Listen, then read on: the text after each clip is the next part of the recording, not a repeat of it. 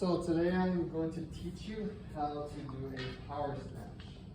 So before I hand over this dowel and have you go through the motions, first I'm going to demonstrate and show you what each phase consists of.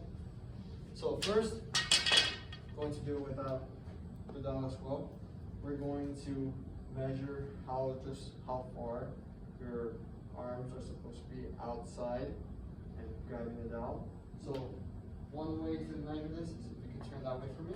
Actually, that way. Is put your arms out to your side like this. You can measure from elbow to elbow to see exactly the distance that she's going to be grabbing onto the bar.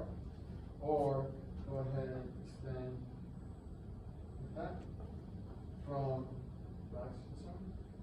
tip of the shoulder, all the way to the last knuckle.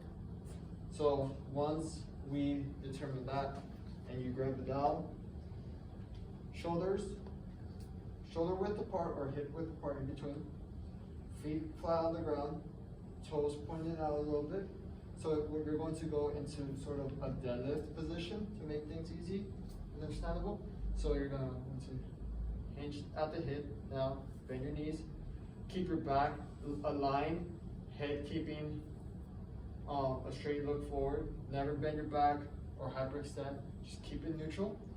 You're going to grab onto the bar and you're going to, when you're going through the first phase, which is first pull, you're going to keep the bar as close to your shins as possible without making contact.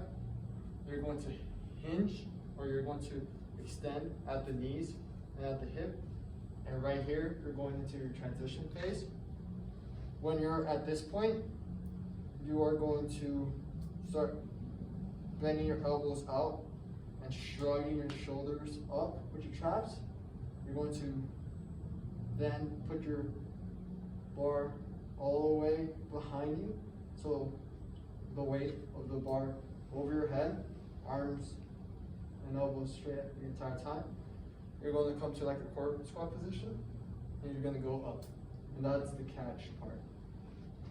And when you are actually holding onto the dowel or barbell, whichever you choose, right here, you want to make sure that your scapulas are retracted and protracted, so then you put some tension and load onto your upper extremity. Okay? So,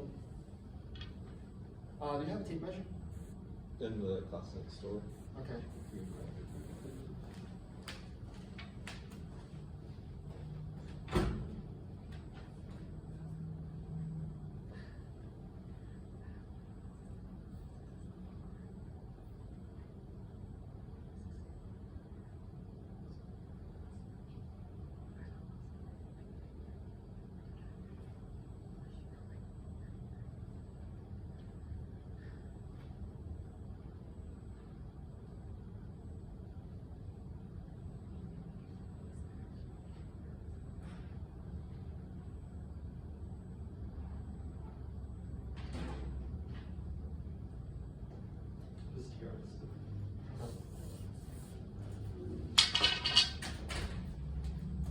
So go ahead and keep your left arm down, your right arm out, make a fist.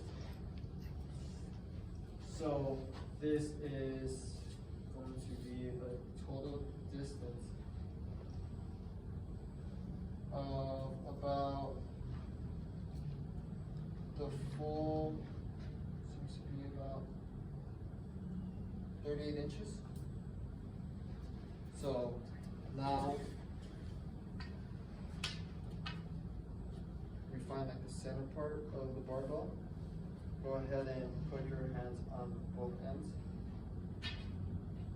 And another practical way to see if this is a good distance of arm length is if at rest, her ASIS or hip is directly barely above where the dowel is, so that would be ideal for her.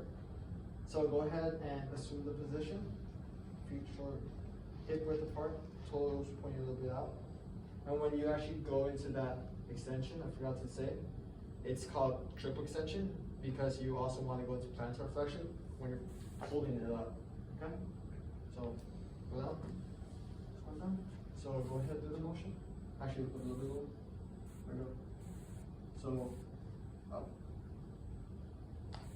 There you go. Okay. Yep.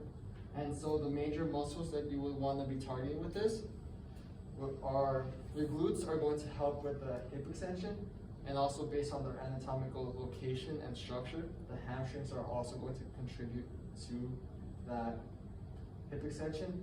Quads are known for their knee extension, so when you're jumping up or when you're exploding up, that's going to be your quads activating right there. Major muscle group in the upper body are going to be your deltoids and your trapezius, since that's what's going to be helping you propel the body weight above. Okay.